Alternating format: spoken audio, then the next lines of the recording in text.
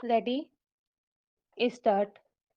प्रत्युत्तरदाता वादी ने वर्ष 1994 में अपीलार्थी के विरुद्ध एक विक्रय विलेख दिनांक 17/9/1940 के आधार पर इसलिए एक मूलवाद संख्या 169 बटे 1994 संस्थित किया कि वाद संपत्ति का उसे स्वामी घोषित किया जाए और संपत्ति का कब्जा तथा बकाया किराया 900 रुपये दिलाया जाए विराम। मूलवाद का प्रतिवादी अपीलार्थी का दावा था कि वादग्रस्त संपत्ति को उसके पिता ने विक्रय विलेख दिनांक 17/2/1938 के द्वारा क्रय किया था और वह प्रारंभ से ही स्वामी है, न कि एक किराएदार विराम। पक्षों के अभिवचनों के आधार पर विचारण न्यायालय मद्रास ने निम्नलिखित वाद बिंदु विरचित किया। क्या प्रत्युत्तरदाता वादी वाद संपत्ति के स्वत्व की घोषणा और अपीलार्थी प्रतिवादी से वाद संपत्ति का कब्जा प्राप्त करने का हकदार है? क्या अपीलार्थी प्रतिवादी वाद संपत्ति का किराएदार है अथवा नहीं? क्या वादी प्रत्युत्तरदाता किसी अन्य उपचार को प्राप्त करने का हकदार है? Para change.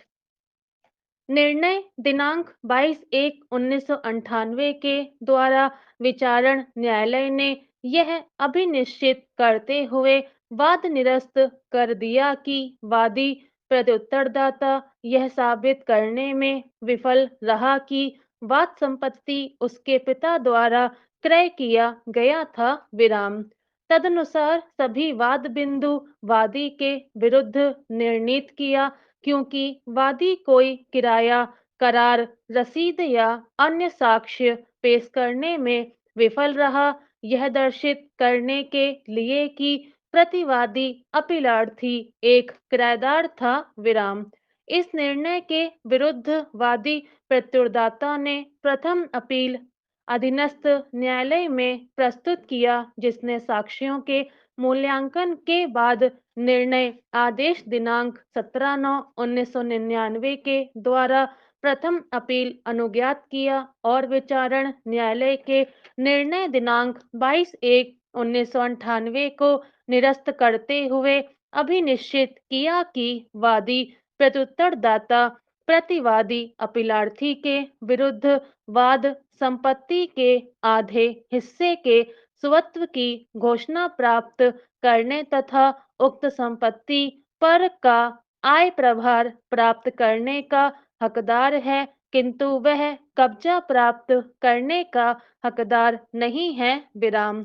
प्रथम अपील न्यायालय का निष्कर्ष था कि वाद संपत्ति को वादी के पिता ने एक राजा गोपाला से क्रय किया था, जिसने उक्त संपत्ति को एक न्यायालय के नीलामी विक्रय में क्रय किया था और प्रतिवादी अपीलार्थी के पिता ने पूरे वाद संपत्ति का केवल एक हिस्सा क्रय किया था, न कि पूरी संपत्ति, जबकि शेष हिस्से को वादी प्रत्युत्तरदाता के पिता ने क्रय किया था विराम।